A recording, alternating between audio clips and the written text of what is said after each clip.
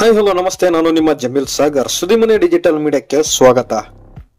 ಶಿವಮೊಗ್ಗ ಜಿಲ್ಲೆಯ ಸಾಗರ ನಗರದ ರಾಷ್ಟ್ರೀಯ ಹೆದ್ದಾರಿ BH ರಸ್ತೆಯಲ್ಲಿ ಇರುವ ಏಥರ್ ಶೋರೂಮ್ ಮುಂಭಾಗದಲ್ಲಿ ಏಕಾಏಕಿ ಖಾಸಗಿ ಬಸ್ ಬ್ರೇಕ್ ಫೇಲ್ ಆಗಿ ಹಿಂಬದಿ ಚಲಾಯಿಸಿಕೊಂಡು ರಸ್ತೆಯ ಪಕ್ಕದಲ್ಲಿ ನಿಂತಿದ್ದ ಎರ್ಟಿಗಾ ಕಾರು ಹಾಗೂ 3 ದ್ವಿಚಕ್ರ ವಾಹನಗಳು ಹಾನಿಪಡಿಸಿರುವ ಘಟನೆ ಮಂಗಳವಾರ ಮಧ್ಯಾಹ್ನ ಸುಮಾರಿಗೆ ನಡೆದಿದೆ.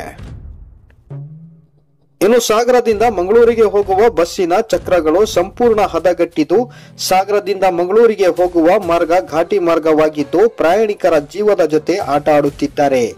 ತಕ್ಷಣ RTO ಅಧಿಕಾರಿಗಳು ದುರ್ಗಂಬ ಕಂಪನಿಯ ಎಲ್ಲ ಬಸ್ಗಳನ್ನು ಪರಿಶೀಲನೆ ನಡೆಸಬೇಕು ಎಂದು ಸಾರ್ವಜನಿಕರು ಆಕ್ರೋಶ ವ್ಯಕ್ತಪಡಿಸಿದರು. ಅದೃಷ್ಟವಶಾತ್ ಘಟನೆಯಲ್ಲಿ ಯಾವುದೇ ಪ್ರಾಣಹಾನಿ ಸಂಭವಿಸಿಲ್ಲ. ಸ್ಥಳಕ್ಕೆ ಸಾಗರಪೇಟೆ ಠಾಣೆಯ ಪೊಲೀಸರು ಭೇಟಿ ನೀಡಿ ಪರಿಶೀಲನೆ ನಡೆಸಿ ತನಿಖೆ ಮುಂದುವರಿಸಿದ್ದಾರೆ.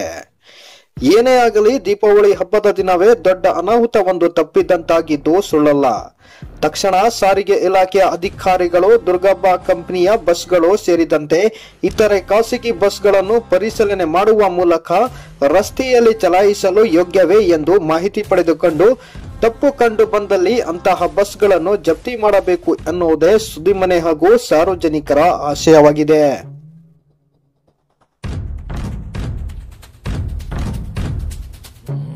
ಅಲ್ಲ, ನಿನ್ ಗಾಡಿ ಡ್ಯಾಮೇಜ್ ಆಯ್ತು ಹೇಳ. ಹೆಂಗ ಡ್ಯಾಮೇಜ್ ಆಯ್ತು?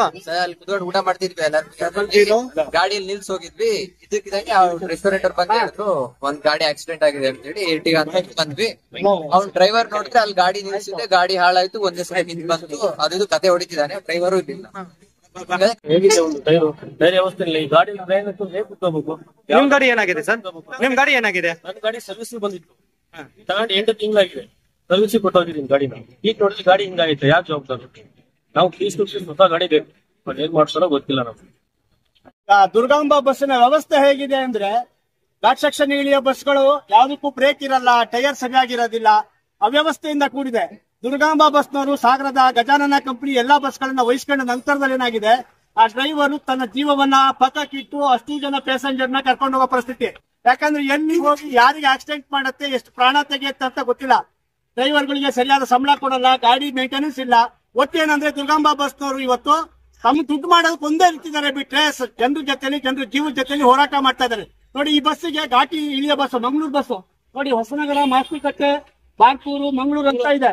ಆದ್ರೆ ಈ ಬಸ್ಸಿನ ಟೈರ್ ನೋಡ್ಬಿಟ್ರೆ ನಾಯಿ ನಾಲ್ಗೆಗಿಂತ ಕೆಟ್ಟದಾಗಿದೆ. ಈ ಮಂಗಳೂರು ಮುಟ್ಟತ್ತಾ? ಘಾಟ್ ಸೆಕ್ಷನ್ ಅಲ್ಲಿ ಇಳಿಯೋ ಬಸ್ಸು ಜನ ಹೇಗ್ ಕೂರ್ಬೇಕು ನೋಡಿ. ಈಗ ಹಿಂದಿಂದ ಬಂದು ಆ 3 ಗಾಡಿನ ಡ್ಯಾಮೇಜ್ ಮಾಡಿದೆ, ಒಂದು ಎರ್ಟಿಗಾನ ಡ್ಯಾಮೇಜ್ ಮಾಡಿದೆ. ಹೊಣೆ ಯಾರು? ಇದುವರೆಗೂ RTO ಇಷ್ಟೊತ್ತಾದ್ರೂ ಬರ್ಲಿಲ್ಲ.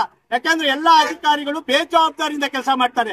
ಪೊಲೀಸರು ಬಂದ್ಕೊಂಡು ಟ್ರಾಫಿಕ್ ಅನ್ನ ಸುರಕ್ಷಿತವಾಗಿ ತೆರವುಗೊಳಿಸೋದು. 3 ಗಾಡಿ ಡ್ಯಾಮೇಜ್, ಒಂದು ಗಾಡಿ ಬುಕ್ಣಿ ಆಗಿದೆ, ಇನ್ನೊಂದು ಗಾಡಿ ಬುಕ್ಣಿ, ಒಟ್ಟು 3 ಬುಕ್ಣಿ ಆಗಿದೆ. ಅದಕ್ಕೆ ಯಾರು ಹೊಣೆ?